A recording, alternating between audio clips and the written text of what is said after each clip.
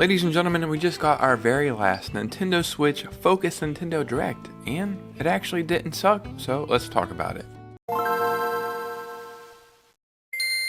Yeah, to me, it's pretty early, so forgive me, I'm a little discombobulated, my bed isn't made, I don't even really know what day it is, but there was a Nintendo Direct, and it really wasn't bad, so before we get started, if you could hit a like and subscribe, we are like 5 subscribers away from 16,000, and let's talk about this weird and interesting, but kind of good Nintendo Direct. So they actually started off this Nintendo Direct extremely strong, at least in my opinion, with Dragon Quest Remake 1 and 2, or Dragon Quest 1 and 2 Remake.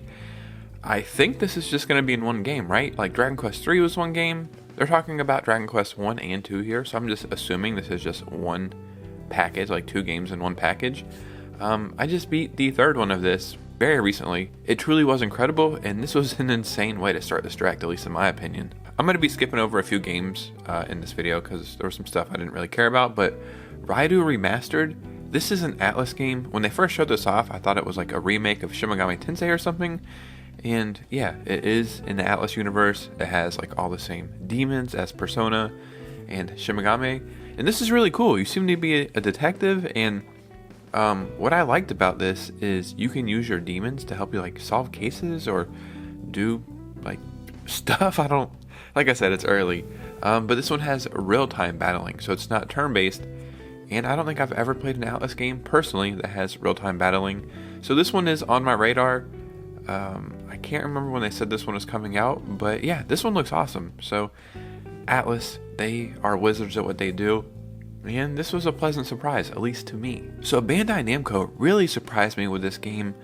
I cannot remember what it's called, maybe something Puck or something, and I was thinking that kind of looks like Pac-Man, and then it turns out this is Pac-Man, like a Pac-Man Metroidvania.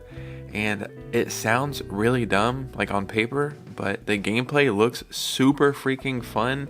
And then your Pac-Man can merge into you, and you're like a mech. I think they called it Gaia or something.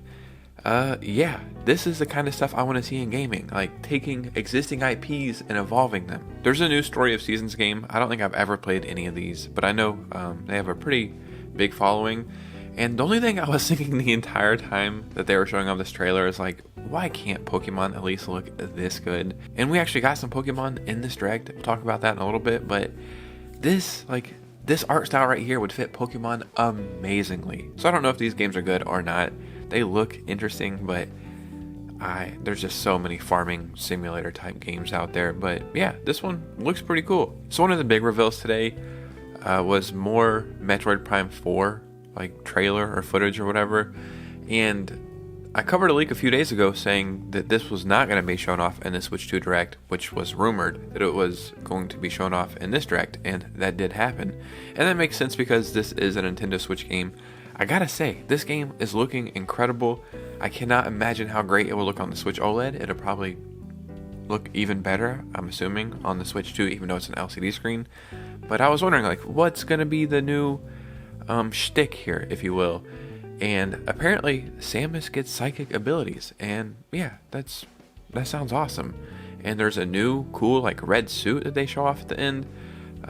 Yeah, this is coming out this year. There's still no release date, so maybe they're still going to show this off at the Switch 2 Direct and give us a release date maybe, and it'll be a dual release or something like that. I just find it strange there's no release date for this yet, unless it's going to be like a holiday release, but I don't think so. I think this is definitely like a summer game. It just gives me those vibes.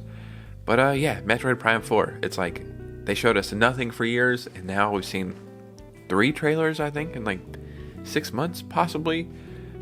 So yeah, pretty cool stuff. So they showed off this witch game, and I'm like a huge Harry Potter fan. I like magic stuff. I'm just a nerd, okay? Let's just get that out of the way. I loved the way this looked. These graphics looked one for one, like identical to Sea of Stars. I love that game. I am a sucker for pixelated art, especially when it has like that warm, inviting look. So this is a game where you're like a magician and you go to magic school. I'm definitely going to check this out. One thing that I found really cool about this is you can play 4-player co-op, and that just sounds like a super fun time. I know this is not for everybody, but to me, this is like speaking directly to me.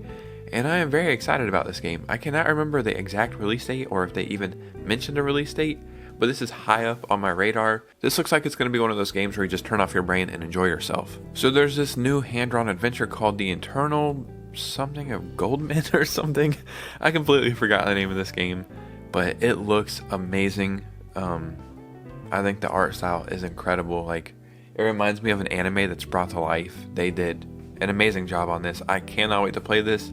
There's some games that are just out there and you're like, I know that's going to be a game I'm going to love. That was definitely one of them. And then, I don't know if it's with age or something, I'm really starting to get into like these shoot 'em up games. I just appreciate them for what they are. And this Gradius package, I forgot what it's called, maybe they'll say it on screen, but it's like 3 Gradius games and some Salamander games and a new entry. Yeah, this is cool. I'm glad the games like this are still being created. I'm glad they're still being brought to life and repackaged, because I actually think they're really important in gaming. And if this isn't too expensive, I think I'll be picking this up myself. So we also got Tomodachi Plaza, and when they first showed this off, I was like half asleep. I'm like, wait, Tomodachi? Or what's going on here? Like, what the hell's going on here? I don't think I've ever played these games. If this is a sequel, I feel like it is. I just don't know. And I'm not going to lie to you guys to seem like I'm smarter than I am or have a higher gaming IQ. It looks fun. It looks cute. You have to work at like 12 different stores, they said, and you can upgrade those stores. So I think it's a cool concept. So a game I was super surprised to see in this presentation was Pokémon Legends ZA. And I was on Reddit, I think yesterday, and somebody was saying, like some of their predictions and things they want to see, and they were saying, I think we're going to see more Pokemon Legends EA gameplay. And all the dumbass nerds on Reddit were like downvoting them, like, no, that's not going to happen, you're so dumb, that would only happen in the Pokemon Presents. And as soon as they showed this trailer, I was just thinking, bro, I'm so happy you got your sweet justice.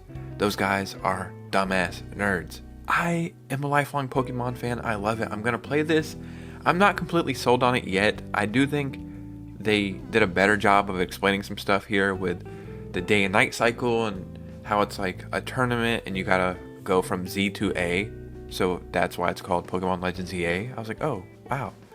It's like when you see the name of a movie, like in the movie they say the name, you're like, whoa, they said it. I really think I'm going to be a fan of the real-time battles though. That sounds really fun. It's like bringing the anime to life, so we'll see. I do think it looks better than Scarlet and Violet. I'm pretty sure at the end of the trailer they say like this game is still in development, graphics aren't final, so I think it's going to be a little bit more polished by the time it comes out. But I was pleasantly surprised to see this, and I think this says it's coming out late 2025, so we're just going to assume November like every other Pokemon game.